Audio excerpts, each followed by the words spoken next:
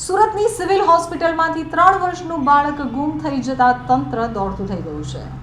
Civil હોસ્પિટલમાં 3 વર્ષના બાળકની ઉઠાંતરી મામલે ગૃહ રાજ્યમંત્રી હર્ષ સંઘવીએ જણાવ્યું હતું કે આ મામલે ડીસીપીને જાણ કરી વધુ ટીમો લગાવી બાળકને ઝડપથી શોધી તેના માતા પિતાને સોંપવામાં આવે તેવા આદેશ કરવામાં આવ્યા છે।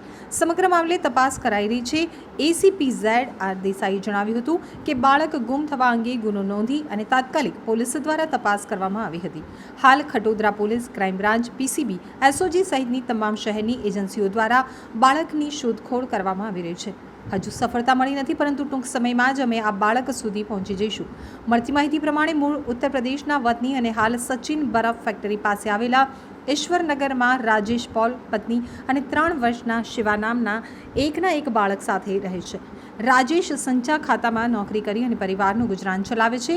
તો ગત રોજ રાજેશ પરિવાર સાથે નવી સિવિલ હોસ્પિટલના G1 વોર્ડમાં દાખલ સંબંધીને મળવા માટે આવ્યો હતો।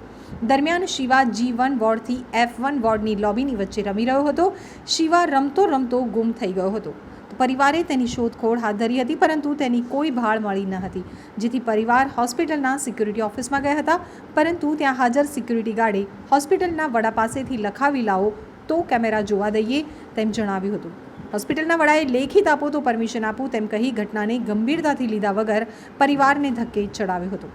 આખરે કંટાળી પરિવારે રાજ્યના ગૃહમંત્રીનો સંપર્ક કર્યો હતો, જેથી તેમની સૂચના બાદ ડીસીપી, એસીપી અને ખટોદરા પોલીસનો સ્ટાફ હોસ્પિટલ ખાતે દોડી આવ્યો હતો, જ્યાં હાલ બાળકની શોધખોળ હાથ ધરી હતી, જેમાં સીસીટીવીમાં એક મહિલા શિવાને લઈ મેઇન ગેટથી બહાર નીકળી રહી હોવાનું કેદ થયું છે।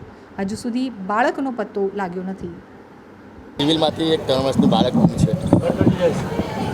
તપાસ ચાલી રહી છે અને મેં પોતે જ એના માટે ડીસીપીને સૂચના આપી છે કે વધુ ટીમો લગાડીને બાળકને તાત્કાલિક શોધીને એના માતા પિતાને સુપ્રત કરવામાં આવે।